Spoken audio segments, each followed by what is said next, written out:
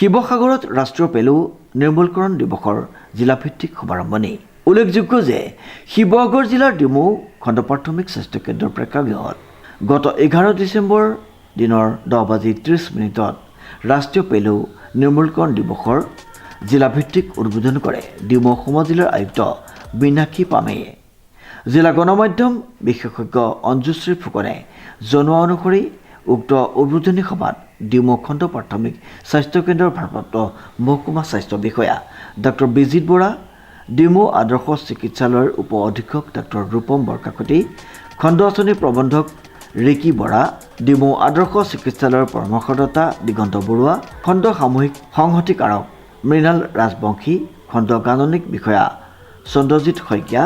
ৰাষ্ট্ৰীয় বাল স্বাস্থ্য কাৰ্যক্ৰমৰ খণ্ড সমন্বয়ক ৰূপী দিহিঙীয়াকে মুখ্য কৰি ডিমৌ খণ্ড প্ৰাথমিক স্বাস্থ্য কেন্দ্ৰৰ সকলো বিষয়া কৰ্মচাৰী আৰু 1 পৰা 19 বছৰ বয়সীয়া কেইবাগৰাকীও শিশু আৰু কিশোৰীৰ লগতে তেওঁলোকৰ মাতৃসকল উপস্থিত আছিল। ডিচেম্বৰ ৰাষ্ট্ৰীয় পেলু নিবাৰণ দিৱস। এই দিৱসটো আমাৰ আজি শিৱসাগৰ জিলাৰ বিস্তৃতভাৱে এই কাৰ্যসূচী পালন কৰা হৈছে।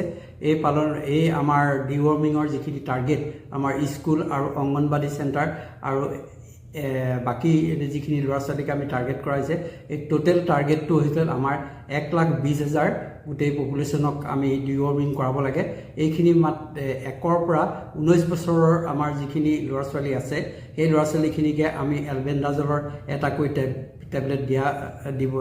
খুৱাবলগীয়া হ'ব আৰু খুৱাবৰ কাৰণে আমি স্কুল আৰু অংগনবাদী চেণ্টাৰসকলক আমি অংগনবাদী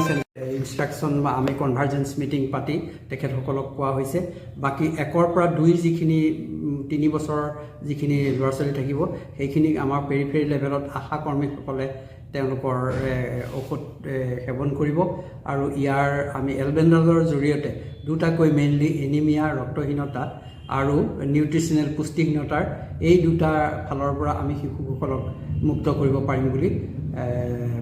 কৰিব পাৰিম আৰু আমি ভাবিছোঁ আমি 18 তাৰিখলৈকে এই প্ৰগ্ৰেমটো আমাৰ যেতিয়া চলি থাকিব আমি ভাবিছোঁ আমি সফলভাৱে এই প্ৰগ্ৰেমটো ৰূপায়ণ কৰিব পাৰিম।